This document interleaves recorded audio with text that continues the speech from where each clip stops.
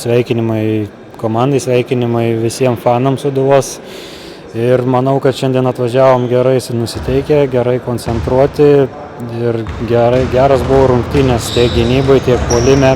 Gal puolime šiek tiek strigom, bet atlaikėm tas 40 minučių geros kovos ir laimėjom. Toks ganėtinai ir kančios krepšinės gal šiek tiek tam puolime iš vienos ir iš kitos komandos. Bet gal čia suveikė ir tas, kad jūs žaidžia dabar kas 2-3 dienas ir tam puolime to šviežumo suras turbūt tikrai sunku. Na taip, aišku, daug poilsio dabar neturim, bet aš gal manyčiau, kad mums gal ir tas duoda dar geriau, kad esam tam ritme žaidimo ir manau, nėra kažkokio tokio blogo dalyko. Manau, tiesiog gal nepataikėm tų metimų šiandieną, bet ateis į kitas rungtynės sukris tie metimai.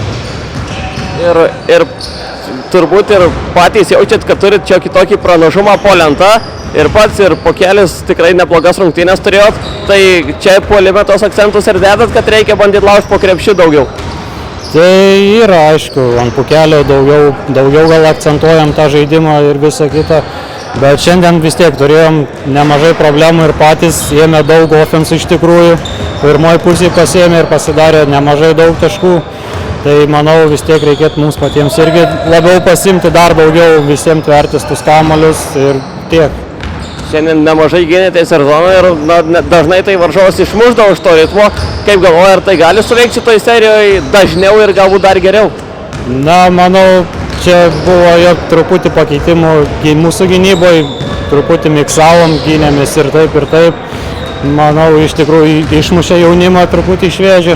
Aišku, bus kitos rungtynės, pasižiūrės video vis tiek, bet darysim ir mes savo video, tai kažką keisim, kažką nekeisim, žiūrėsim.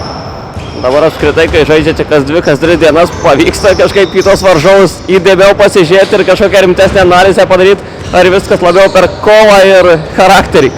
Taip, manau, jau žinomi tie varžovai, jau žaidėm ne vieną kartą.